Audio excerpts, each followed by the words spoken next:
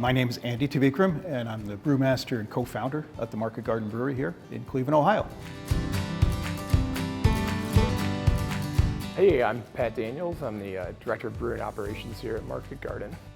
My history in beer started in this neighborhood, so I feel a real deep attachment to this neighborhood. It's a great place to be, and I've seen the potential for quite a long time now. We started 11 years ago over that way, across the parking lot with a brew pub. In 2015, we started building out our production brewery right here. We're focused on beer styles with a classic interpretation, if you will. German-style lagers, wheat beers, West Coast IPAs, hazy IPAs. We always aim to produce high-quality beer. We like to utilize the technology that's out there to the best of our advantage. Technology and quality oftentimes come hand in hand. Alfa Laval's focus is also on quality as well as technology, and so that became a very good partnership for us. Our aims are aligned. When we were thinking about a separator, we had a couple things in mind that we wanted. One was a fully hermetic machine, so we wanted to minimize oxygen pickup. Quite frankly, when Alfa Laval came up and said, well, we get 0 parts per billion of oxygen pickup across this machine. And I thought, yeah, bullshit, I want to see that. Well, that's what we saw, was no oxygen pickup. I was a little bit flabbergasted because I've just never had a piece of beer processing equipment that would do that. Another thing for me was flexibility, a really good turn down ratio. You can run this machine really slow if you want to. No water to deal with, like a hydrohermetic seal. The hydrohermetic designs that I've seen, you can maybe turn it down about 50%, and then bad things start happening. You start sucking in air and water into your beer.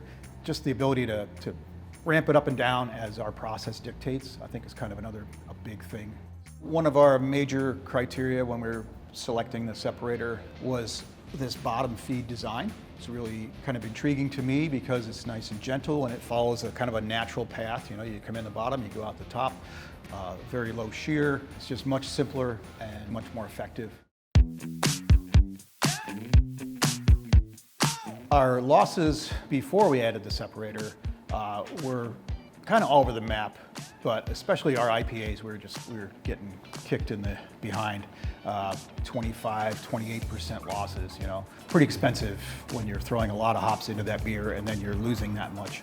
Watching our yields move from the 20s to the single digits on some of the brands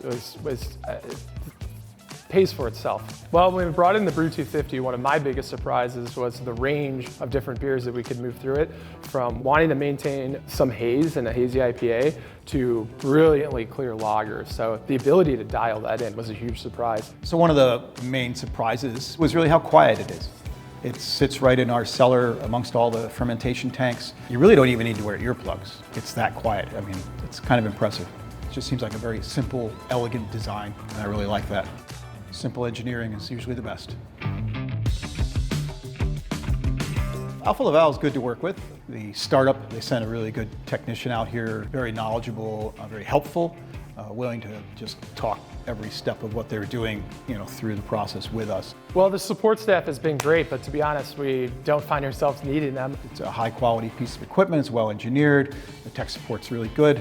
Those are all the things that matter to me as a brewer. I want to keep the brewery going and operating efficiently. Yeah, for us, quality is obviously top factor. So working with a supplier that is so quality driven above everything else is just, it's worry-free and something we take pride in.